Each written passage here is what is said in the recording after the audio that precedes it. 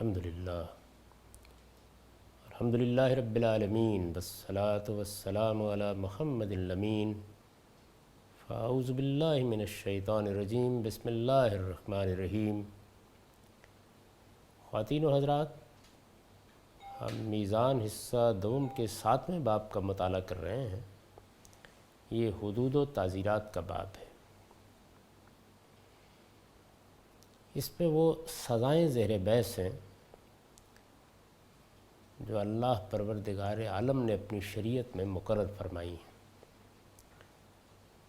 قتل و جراحت کی سزا کا ہم مطالعہ کر چکے ہیں۔ اب زنا کا باب شروع ہو رہا ہے۔ اس سے پہلے بطور استدراک میں عرب کے اس دستور کی وضاحت کرنا چاہتا ہوں جس کے بارے میں نے یہ عرض کیا ہے کہ رسول اللہ صلی اللہ علیہ وسلم کے زمانے میں دیت کے فیصلے اسی کے مطابق کیے گئے۔ میں نے کئی جگہ اس طرف توجہ دلائی تھی کہ دیت کے بارے میں جب ضیاء الحق صاحب کے زمانے میں بحث شروع ہوئی تو اس وقت دیت کی تحقیق کے عنوان سے میں نے ایک مضمون لکھا تھا، یہ میری کتاب برہان کا حصہ ہے۔ اس میں اس کی تمام تفصیلات بیان کر دی گئی ہیں۔ اسی میں سے چند چیزیں میں آپ کی خدمت میں پیش کر رہا ہوں تاکہ یہ بالکل واضح ہو جائے کہ فی الواقع عربی کا دستور تھا جس کو رسالت بآب صلی اللہ علیہ وسلم نے قرآن مجید کے حکم کے مطابق نافذ کیا۔ یہ آپ کی طرف سے کوئی شرعی حکم نہیں تھا، یعنی اللہ تعالیٰ نے یہ بات واضح کر دی کہ دیت ادا کی جائے اور اس کو سوسائٹی کے عرف پر چھوڑ دیا۔ رسالت بآب صلی اللہ علیہ وسلم نے جس طریقے سے معروف کے مطابق مہر مقرر کیے، معروف کے مطابق نان و نفقے کے فیصلے کیے اور اس میں جو کچھ بھی کہا گیا وہ کوئی شریعت کا ابدی حکم نہیں بنا، بالکل اسی طریقے سے دیت کے فیصلے بھی عرب کے معروف کے مطابق کیے۔ چنانچہ میں یہ عرض کر چکا ہوں کہ ہمارے لیے بھی اب یہی قرآن مجید کا حکم ہے کہ جو ہمارے معاشرے کا دستور ہو اس کے مطابق دیت ادا کریں، اور اگر معاشرے میں پہلے سے کوئی دستور موجود نہیں ہے، کوئی روایت قائم نہیں ہوئی، تو پھر ہمارے ارباب حل وقت حالات کے لحاظ سے جس چیز پر مطمئن ہو جائیں اسی کو قانون بنا دیا جائے۔ یہ ظاہر ہے کہ حالات کے لحاظ سے کیا گیا ایک انسانی فیصلہ ہوگا، وقت کے ساتھ اس میں تبدیلیاں ہو سکتی ہیں۔ ہمارے فقہا بھی اس معاملے میں بالکل واضح رہے ہیں کہ جو چیزیں کسی زمانے کے عرف پر مبنی ہوتے ہیں وہ عرف کے تبدیل ہو جانے سے تبدیل ہو جاتی ہیں، اور شریعت کے تمام احکام جن میں عرف کو یہ اہمیت دی گئی ہے اسی اصول پر دیکھے جاتے ہیں، جس طرح کہ میں نے نان و نفقے کے بارے میں، مہر کے بارے میں توجہ دلائی ہے۔ میں نے برہان میں لکھا تھا کہ دیت سے متعلق عرب کا یہ دستور کیا تھا، یعنی پہلے اس حقیقت کو واضح کیا تھا کہ قرآن مجید نے دیت کی کوئی مقدار معین نہیں کی۔ اس نے عورت، مرد، آزاد، غلام کی دیت میں کوئی فرق نہیں کیا۔ اس نے صرف یہ کہا ہے کہ دیت ادا کی جائے، اور دوسری جگہ وضاحت کر دی ہے کہ اس معاملے میں فاتباع بالمعروف، معروف کے مطابق فیصلے کیے جائیں۔ دیت سے متعلق عرب کا یہ دستور کیا تھا؟ شعرائے جاہلیت کے کلام اور ایام العرب کا مطالعہ کرنے سے معلوم ہوتا ہے۔ ایام العرب ایک تعبیر ہے جو اس مقصد کے لیے اختیار کی جاتی ہے کہ زمانہ جاہلیت میں عربوں کے ہاں جو بڑے بڑے واقعات پیش آئے، ایسے معاملات ہوئے کہ جنہوں نے ان کی تاریخ پر اثر ڈالا، ان کو جب ہم پڑھتے ہیں، مطالعہ کرتے ہیں تو اس تعبیر سے ادا کرتے ہیں۔ دیت سے متعلق عرب کا یہ دستور کیا تھا؟ شعرائے جاہلیت کے کلام اور ایام العرب کا مطالعہ کرنے سے معلوم ہوتا ہے کہ ابتدا میں ہر اس شخص کی دیت جس کا نسبی تعلق کسی قبیلے کے ساتھ صریح ہو 10 اونٹ مقرر تھی۔ یعنی عرب کے قبائل تھے اور ان میں ظاہر ہے کہ جو لوگ ان قبیلوں سے نسبت رکھتے تھے اور ان کی نسبت بالکل صریح تھی، اس میں کوئی دوسری رائے نہیں ہو سکتی تھی، یا وہ نسبت ایسی نہیں تھی کہ جیسی کسی حلیف کی نسبت ہوتی ہے، تو ایسے سب لوگوں کے لیے 10 اونٹ دیت مقرر تھی۔ ابتدا میں عرب کا دستور یہی تھا۔ قبیلے کے حلیف اور باندی کے بیٹے کی دیت شریک کی دیت کا نصف، عورت کی دیت مرد کی دیت کے مقابلے میں آدھی تھی۔ یعنی جس طریقے سے 10 اونٹ سری کی دیت تھی، سری کے بارے میں بھی میں نے یہاں یہ نوٹ لکھ دیا ہوا ہے کہ یہ لفظ ہر اس شخص کے لیے بطور اصطلاح مستعمل تھا جس کا نسبی تعلق کسی قبیلے کے ساتھ قطعی ہو۔ یعنی تعلق کے بارے میں اگر کوئی سوال نہیں ہے، کوئی بحث نہیں ہے، وہ تعلق واضح ہے، تو پھر اس کو سریح کہا جاتا تھا، اور اس کی دیت عربوں کے ہاں پہلے 10 اونٹ مقرر تھی۔ اس میں جو فرق کیا جاتا تھا وہ کیا تھا؟ وہ یہ تھا کہ اگر قبیلے کا حلیف ہے، یعنی اس کی نسبت سری نہیں ہے، قبیلے کا حلیف ہے یا وہ باندی کا بیٹا ہے، تو پھر سریح کی دیت کا نصف، ظاہر ہے کہ وہ 10 اونٹ ہے تو یہ 5 اونٹ، اور عورت کی دیت مرد کی دیت کے مقابلے میں آدھی تھی۔ یہ عرب کا دستور تھا۔ صاحب اغانی اوس و خزرج کے مابین ایک جنگ کے واقعات بیان کرتے ہوئے لکھتے ہیں۔ یہ ایک بہت ہی مفصل کتاب ہے جس میں ویسے تو موسیقی سے متعلق اور شاعری سے متعلق چیزیں جمع کی گئی ہیں، لیکن عرب کی بہت سی روایات کا بھی اس میں ذکر آ گیا ہے۔ خود ڈاکٹر جواد علی نے المفصل فی تاریخ العرب قبل الاسلام میں جن ماخذ سے اپنی کتاب مرتب کیا ان میں ایک بڑا ماخذ یہ بھی ہے۔ صاحب اغانی اوس و خزرج کے مابین ایک جنگ کے واقعات بیان کرتے ہوئے لکھتے ہیں، وَكَانَتْ دِيَةُ الْمَوْلَى فِيهِمْ وَهُوَ الْحَلِيفُ خَمْسًا مِنَ الْإِبِلِ وَدِيَةُ السَّرِي 10، اور ان کے ہاں مولا یعنی حلیف کی دیت 5 اونٹ اور سری کی دیت 10 اونٹ مقرر تھی۔ المفصل فی تاریخ العرب قبل الاسلام کے مصنف جواد علی نے لکھا ہے، وَأَمَّا إِذَا كَانَ الْقَتِيلُ حَجِينًا فَتَكُونُ دِيَتُهُ نِصْفَ دِيَةِ السَّرِي وَتَكُونُ دِيَةُ الْمَرْأَةِ نِصْفَ دِيَةِ الرَّجُلِ، اور مقتول اگر باندی کا بیٹا ہو تو اس کی دیت سری کی دیت کے مقابلے میں آدھی، اور عورت کی دیت مرد کی دیت کا نصف ادا کی جاتی تھی۔ یعنی یہ حوالے میں نے دے دیے ہیں تاکہ یہ بات واضح رہے کہ یہ جو کچھ بھی فرق ہمارے ہاں فقہ میں روایت کیے جاتے ہیں یہ حقیقت میں شریعت کے قائم کردہ نہیں ہے، یہ تمام فرق عربوں کے دستور میں موجود تھے کہ باندی کی دیت کم ہونی ہے، یا باندی کے بیٹے کی دیت کم ہونی ہے، یا حلیف کی دیت کم ہونی ہے، یا عورت کی دیت کم ہونی ہے۔ یہ سب چیزیں عربوں کے دستور میں پہلے سے موجود تھیں۔ اس کے بعد میں نے لکھا ہے، بعض قبائل اپنے شرف کی بنا پر دوہری دیت لیتے، یعنی یہ بھی رواج تھا کہ ہم چونکہ بڑے قبیلے سے تعلق رکھتے ہیں، ہماری عزت و ہمارا اکرام یہ تقاضا کرتا ہے کہ اگر ہمارے ہاں کوئی معاملہ اس طرح کا ہوگا تو ہم دوہری دیت لیں گے۔ یعنی عام لوگوں کے ہاں اگر 10 اونٹ مقرر ہے تو ہم 20 اونٹ لیں گے۔ بعض قبائل اپنے شرف کی بنا پر دوہری دیت لیتے اور بعض فضل و عنایت کے طور پر دوسروں کو دوہری دیت ادا کرتے تھے۔ یعنی یہ بھی ایک رواج تھا کہ ٹھیک ہے ہم چونکہ بڑے ہیں تو ہم آپ کو اگر ہمیں دیت ادا کرنی ہے تو دوہری دیت ادا کریں گے۔ یہ دوسروں پر فضل و عنایت کا اظہار تھا، فیاضی کا اظہار تھا۔ المفصلی میں ہے، رویہ ان الغطاریف وہم قوم الحارث ابن عبداللہ ابن بکر بن یشکر کانوا یاخذون للمقتول منہم دیتین ویؤتون غیرہم دیتا واحدہ واذا وجبت علیہم، وکان لبنی عامر بن بکر بن یشکر وہم من الغطاریف ایضاً دیتان ولسائر قومہ دیا، وورد انی ان بنی اسود بن رزن کانوا یودون فی الجاہلیت دیتین دیتین۔ بیان کیا جاتا ہے کہ غطاریف یعنی حارث بن عبداللہ بن بکر بن یشکر کی قوم کے لوگ اپنے مقتول کے لیے 2 دیتیں لیتے تھے، اور دوسروں کو اگر خود ان پر دیت ادا کرنا واجب ہو جائے تو 1 دیت دیتے تھے۔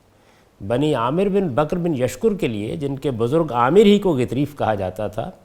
2 دیتیں، اور باقی ساری قوم کے لیے 1 دیت مقرر تھی۔ اسی طرح روایات میں آتا ہے کہ بنی اسود بن رزن جاہلیت کے زمانے میں دوسروں کو دوہری دیت ادا کرتے تھے۔ یعنی یہ مختلف قسم کے رواج ہیں، ان کے ہاں کیا کیا چیزیں معروف تھیں ان کا ایک تعارف کرا دیا ہے تاکہ یہ اندازہ ہو سکے کہ عربوں کے ہاں دیت کا ایک قانون پہلے سے موجود تھا۔ یہ قانون جاہلیت کی روایات سے پیدا ہوا، اور اس میں اس نوعیت کی بہت سی چیزیں تھیں کہ فلاں سے دوہری دیت لیں گے، فلاں کو آدھی دیت دیں گے۔ جواد علی لکھتے ہیں، وَلَمْ يَكُنْ هَذَا التَّحْدِيدُ عَنْ ضُعْفٍ وَإِنَّمَا هُوَ رَغْبَةٌ مِّنْهُمْ فِي الْإِفْضَالِ عَلَىٰ ذَوِي الْقَتِيلِ۔ یہ جو زیادہ دیت دینا ہے اس کے بارے میں انہوں نے لکھا ہے، اور دوہری دیت ادا کرنے کی یہ پابندی کسی ضعف کی بنا پر نہیں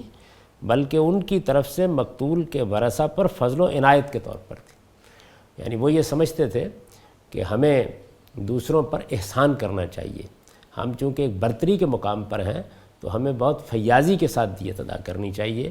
اپنے کسی ضعف یا کمزوری کی بنا پر نہیں، اس احساس کے تحت دوہری دیت ادا کرتے تھے۔ بادشاہوں کی دیت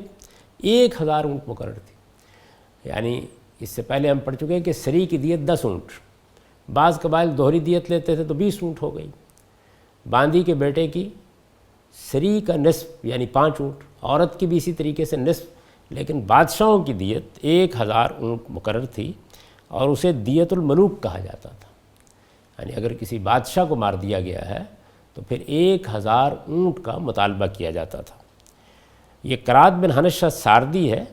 یہ بنی فزارہ کی مدح کر رہا ہے اور یہ کہتا ہے کہ وَنَحْنُ رَحَنَّ الْقَوْسَ سُمَّتْ فُودِيَتْ بِأَلْفٍ عَلَىٰ ظَاهِرِ الْفَزَارِيِ أَقْرَىٰ بِعَشْرِ مَيْنَ لِلْمَلُوكِ صَابِهَا لَيُوفِيَ السَّيَّارُ بْنُ عَمْرٍ فَأَسْرَىٰ، اور ہم نے کمان رہن رکھی، پھر فزاری کے مال میں سے پورے 1000 اونٹ اس کے لیے بطور فدیہ دیے گئے، یعنی 100 اونٹ جو بادشاہوں کی دیت ہے اس کے ایفاء کے لیے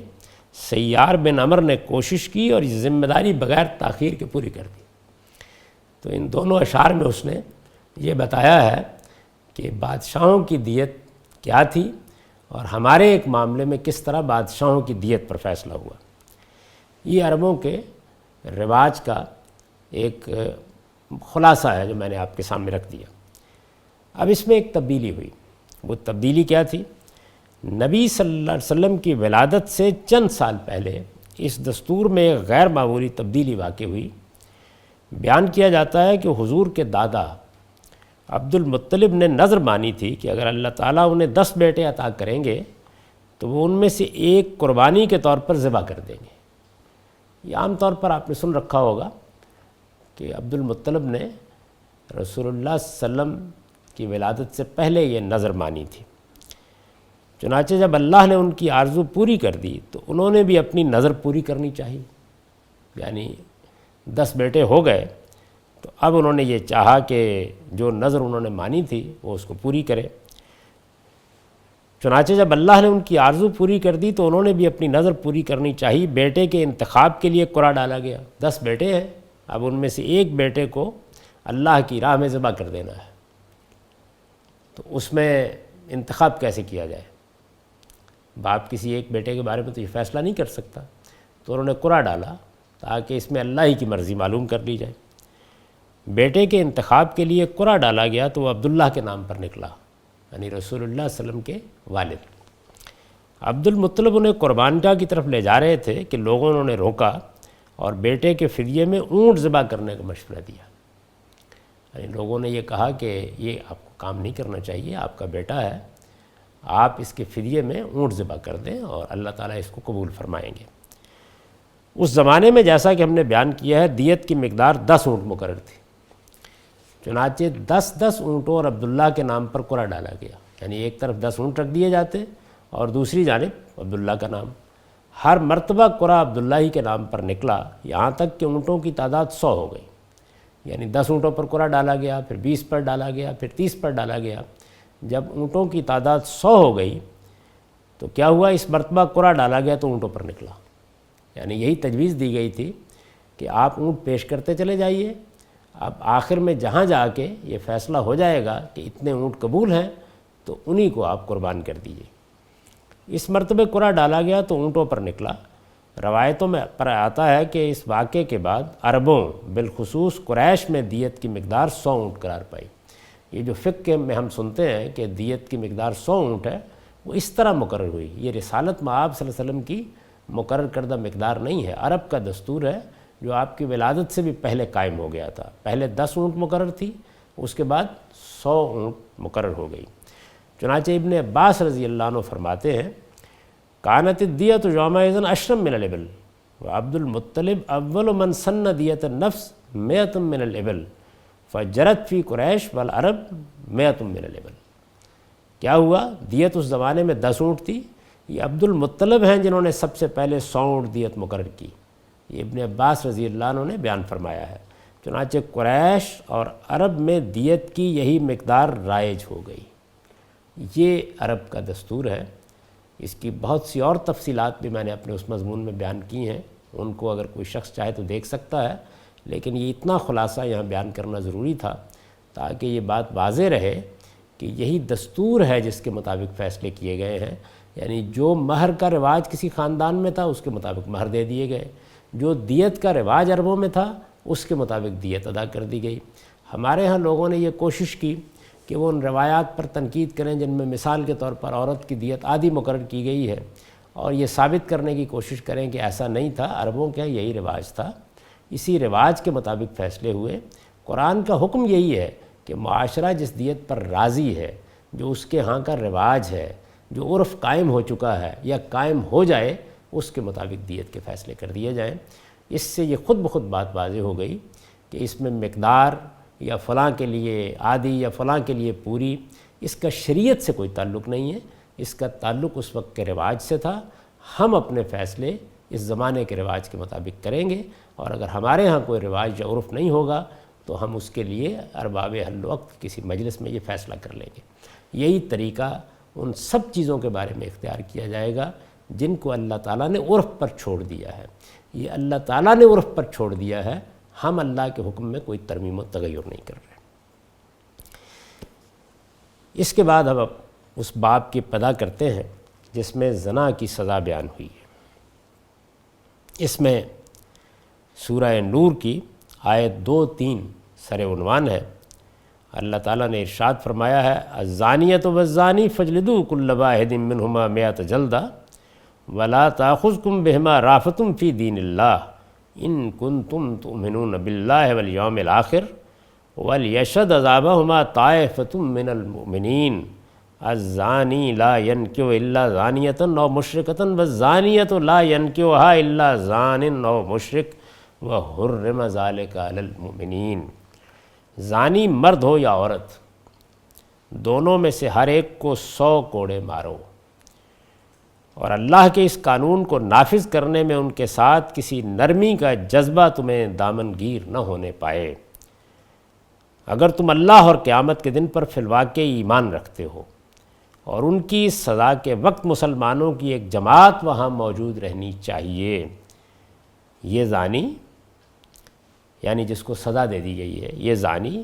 نکاح نہ کرنے پائے مگر زانیہ اور مشرکہ کے ساتھ، اور اس زانیہ کے ساتھ نکاح نہ کرے مگر کوئی زانی یا مشرک، اہل ایمان پر یہ بہرحال حرام ٹھہرایا گیا ہے۔ یہ سورہ نور میں زنا کی سزا کا قانون ہے۔ یہ قانون جن الفاظ میں بیان کیا گیا ہے، جس شان کے ساتھ بیان کیا گیا ہے، اس سے بالکل واضح ہے کہ یہ خدا کی ابدی شریعت ہے۔ ہم قیامت تک کے لیے اس حکم کے پابند ہیں۔ جہاں یہ قانون بیان کیا گیا ہے وہاں ابتدائی یہاں سے کی ہے کہ سورۃ انزلناھا وفرضناھا، یعنی ہم نے یہ صورت نازل کی ہے اور ہم نے اس کے اندر جو باتیں کہی ہیں وہ لوگوں پر لازم ٹھہرا دی ہیں۔ اس کے سیاق میں سباق میں کوئی چیز ایسی نہیں ہے جو اس قانون کو کسی زمانے کے ساتھ خاص کرتی ہو، کسی وقت کے ساتھ خاص کرتی ہو، کسی گروہ کے ساتھ خاص کرتی ہو، کسی قبیلے کے ساتھ خاص کرتی ہو۔ اہل ایمان کے لیے اللہ کا قانون یہ ہے۔ اور میں یہ بات اس سے پہلے بھی عرض کر چکا ہوں کہ جو سزائیں بھی اسلامی شریعت میں مقرر کی گئی ہیں ان میں یہ چیز ملحوظ ہے کہ ایک شخص نے پورے شعور کے ساتھ اللہ کے دین کو قبول کیا۔ یہ جانتے ہیں اللہ کے دین کو قبول کرنے کا مطلب کیا ہے؟ یعنی اللہ کو اپنا بادشاہ مان لیا، اپنا معبود مان لیا، یہ مان لیا کہ میں محمد الرسول اللہ صلی اللہ علیہ وسلم نے جو کچھ قانون دیا ہے اس کی پیروی کروں گا، پورے شعور کے ساتھ اپنے نفس کے تزکیے کے لیے تیار ہو گیا، اپنی تطہیر کے لیے تیار ہو گیا، یہ عہد باندھا۔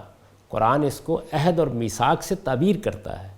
یہ عہد باندھا، دوسرے لفظوں میں کہیے کہ اللہ کے رسول کے ہاتھ پر بیعت کر لی کہ میں اب پابند رہوں گا۔ ہم جب اسلام میں داخل ہوتے ہیں، شعوری طور پر اسلام میں داخل ہوتے ہیں، تو ہم اصل میں اللہ اور اللہ کے رسول کے ساتھ عہد باندھتے ہیں۔ اس کے بعد اس نے چوری کر لی ہے، اس کے بعد اس نے زنا کا ارتکاب کیا ہے، اس کے بعد اس نے فساد پیدا کرنا شروع کر دیا ہے، تو اب یہ عام جرم نہیں رہا۔ اس وجہ سے سزائیں بھی سخت ہیں، یعنی یہ سزائیں ان کے لیے نہیں ہیں جنہوں نے اسلام قبول نہیں کیا، اس کی دعوت ابھی ان کی سمجھ میں نہیں آئی، انہوں نے اللہ تعالیٰ کے ساتھ وفاداری کا کوئی عہد نہیں باندھا۔ یہ بڑی بدیہی بات ہے کہ جب آپ کسی عہد میں بن جاتے ہیں تو آپ کا شعور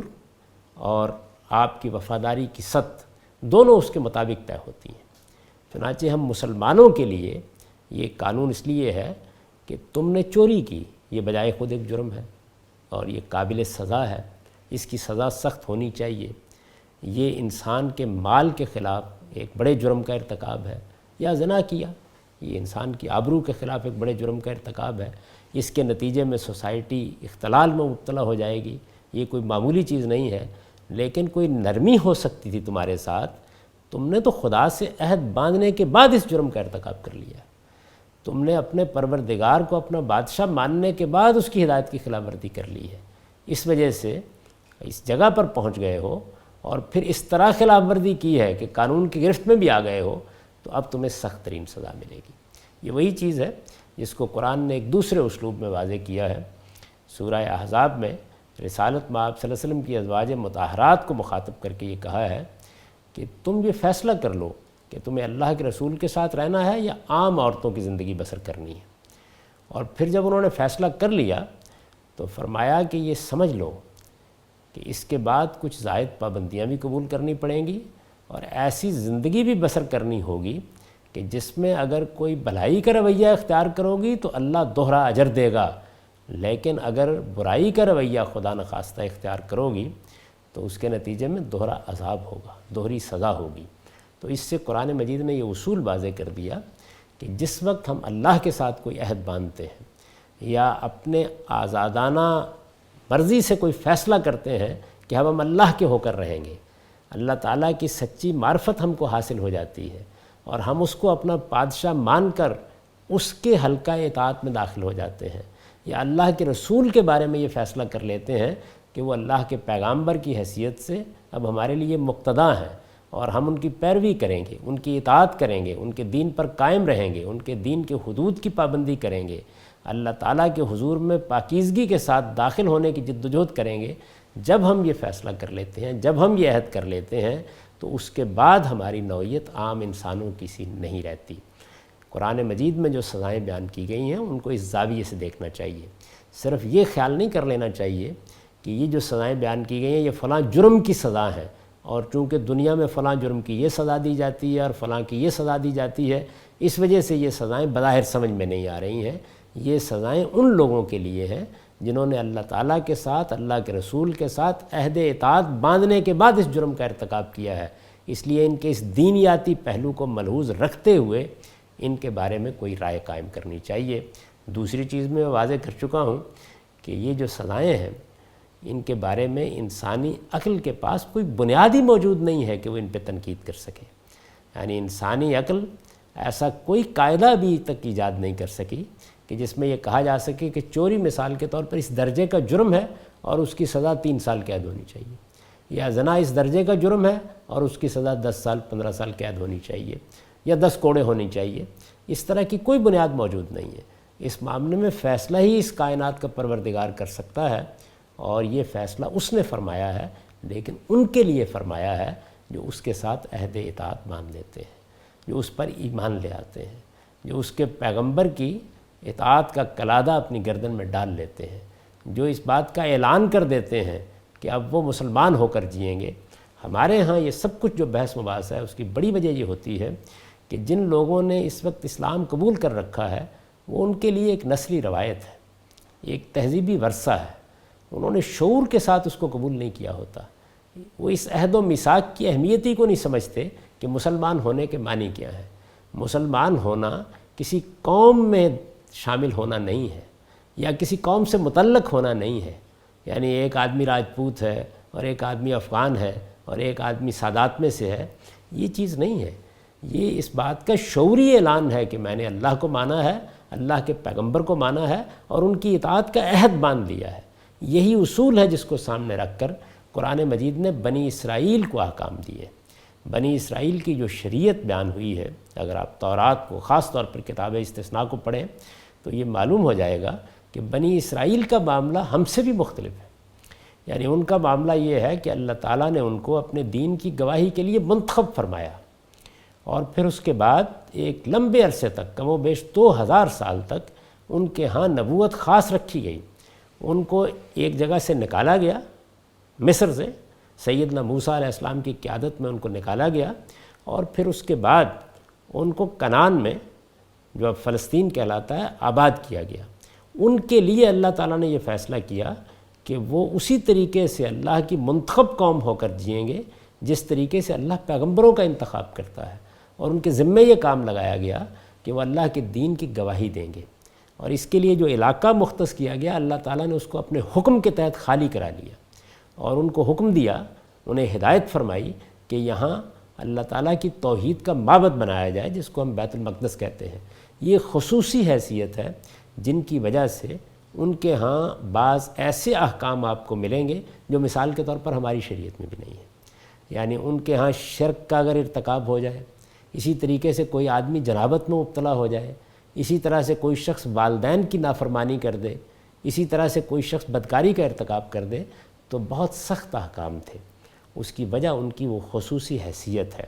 ہمارے ساتھ تخفیف کا معاملہ کیا گیا ہے۔ انبیاء علیہم السلام کا سلسلہ ختم ہو گیا ہے، براہ راست اللہ کے پیغمبر موجود نہیں ہیں، ایک خاص علاقے میں یہ اب جمعیت نہیں رہی بلکہ دنیا بھر میں پھیل گئی ہے، اور اس کو پھیل جانا تھا۔ ان تمام چیزوں کا لحاظ کر کے جس طرح کہ امام فراہی نے اپنی تعلیقات میں بیان فرمایا ہے کہ تخفیف کا طریقہ اختیار کیا گیا ہے۔ چنانچہ زنا کی سزا کے بارے میں ایک نظر بائبل پر ڈال لیجئے، اس سے اندازہ ہو جائے گا کہ ان کے بارے میں احکام کی نوعیت کیا ہے۔ یہ کتاب استثناء ہے اور اس کا 22واں باب ہے۔ فرمایا ہے، اگر کوئی مرد کسی شوہر والی عورت سے زنا کرتے پکڑا جائے تو وہ دونوں مار ڈالے جائیں، یعنی وہ مرد بھی جس نے اس عورت سے صحبت کی اور وہ عورت بھی۔ یوں تو اسرائیل میں سے ایسی برائی کو دفع کرنا، یعنی اسرائیل کی چونکہ خاص حیثیت ہے، بنی اسرائیل کی، وہ اللہ کی ایک منتخب قوم کی حیثیت سے ایک خاص علاقے میں آباد کر دیے گئے ہیں، ان کے لیے معبد بنانے کے بھی خصوصی احکام ہیں۔ تو یہ سخت حکم ان کو دیا گیا کہ اگر زنا کا ارتکاب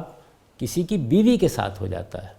یعنی وہاں اس چیز کو بڑی اہمیت دی گئی کہ اب یہ کسی رعایت کا مستحق نہیں رہا، اس نے صرف بدکاری کا ارتکاب نہیں کیا، اس نے دوسرے کے گھر میں بھی ڈاکہ ڈالا ہے۔ تو فرمایا کہ وہ دونوں مار ڈالے جائیں، یعنی وہ مرد بھی جس نے اس عورت سے صحبت کی اور وہ عورت بھی۔ یوں تو اسرائیل میں سے ایسی برائی کو دفع کرنا، اگر کوئی کنواری لڑکی کسی شخص سے منسوب ہو گئی ہو اور کوئی دوسرا آدمی اسے شہر میں پا کر اس سے صحبت کرے، تو تم ان دونوں کو اس شہر کے پھاٹک پر نکال لانا اور ان کو تم سنسار کر دینا کہ وہ مر جائیں۔ یعنی یہاں پر بھی دیکھیے وہی سختی ہے، یہ بھی اصل میں دوسرے کے ساتھ منسوب ہو چکی ہے۔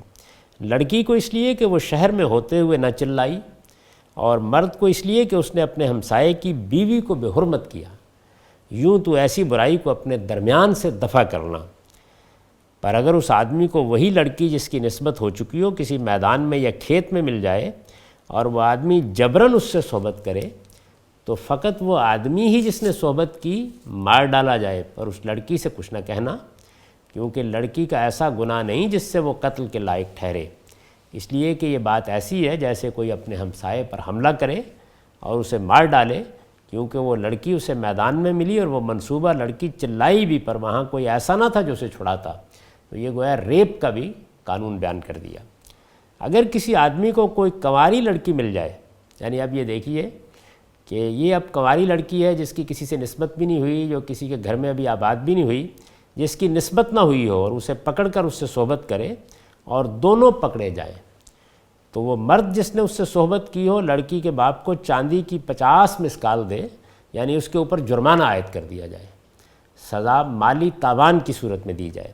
اور وہ لڑکی اس کی بیوی بنے کیونکہ اس نے اسے بے حرمت کیا اور وہ اسے اپنی زندگی بھر طلاق نہ دینے پائے۔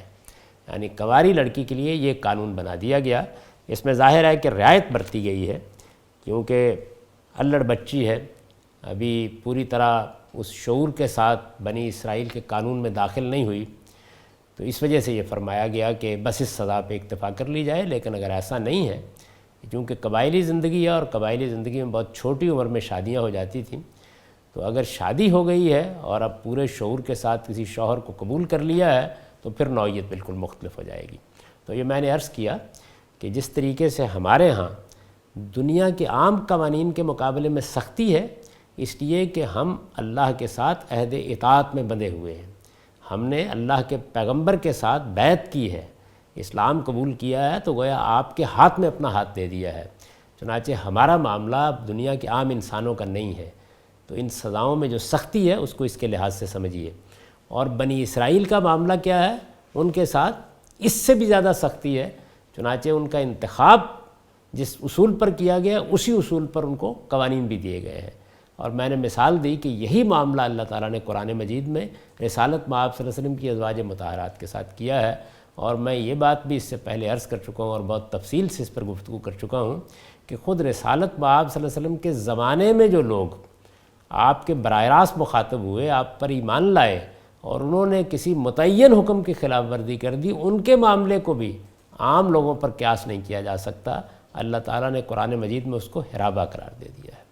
تو یہ خصوصی صورتحال اپنی بھی پیش نظر رکھیے، بنی اسرائیل کی بھی۔ اس کے بعد یہ سمجھ میں بات آ جائے گی کہ بنی اسرائیل کے لیے ہم سے مختلف قانون کیوں تھا اور ہمارے لیے بھی اتنی سختی کیوں ہے،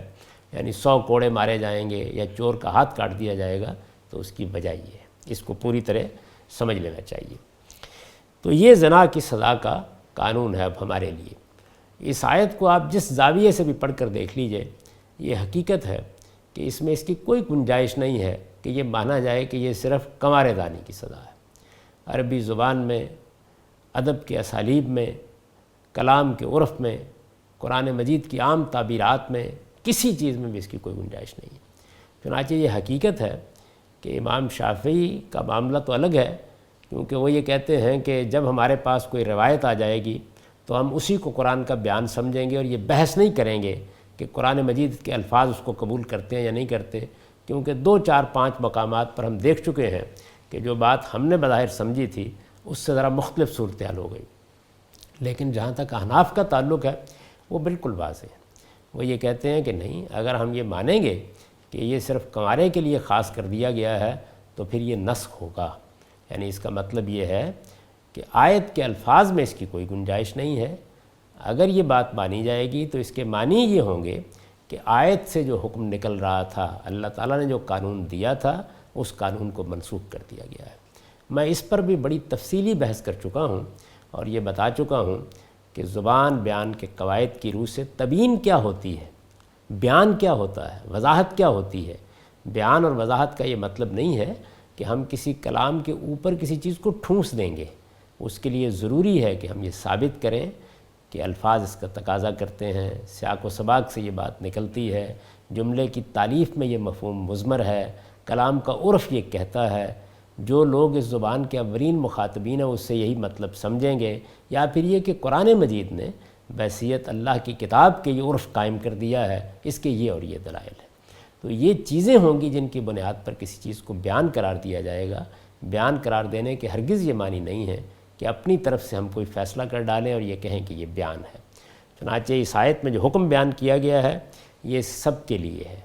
لیکن کیا سب کے لیے کا مطلب یہ ہے کہ جس سے بھی زنا کا ارتکاب ہو جائے؟ یہ میں آگے چل کر بتاؤں گا کہ یہ بھی انتہائی سزا ہے۔ اس کے دلائل کیا ہیں اور اس کی نوعیت کیا ہے، اس پر ہم تفصیل کے ساتھ بحث کریں گے، اور پھر یہ دیکھنے کی کوشش کریں گے کہ اللہ تعالیٰ نے یہ قانون دیا ہے تو اس قانون کے ذریعے سے وہ کیا چیز ہے جس کو مقصود بنایا ہے۔ یہ بحث چونکہ بہت تفصیل کا تقاضا کرتی ہے اور آگے ہمیں اس کے بعض پہلوؤں کا جائزہ لینا ہے، اس وجہ سے اب وقت کا احساس کرتے ہوئے آج کی گفتگو یہیں ختم کرتے ہیں۔ اقول قولی ھذا واستغفر اللہ لی ولکم ولسائر المؤمنین۔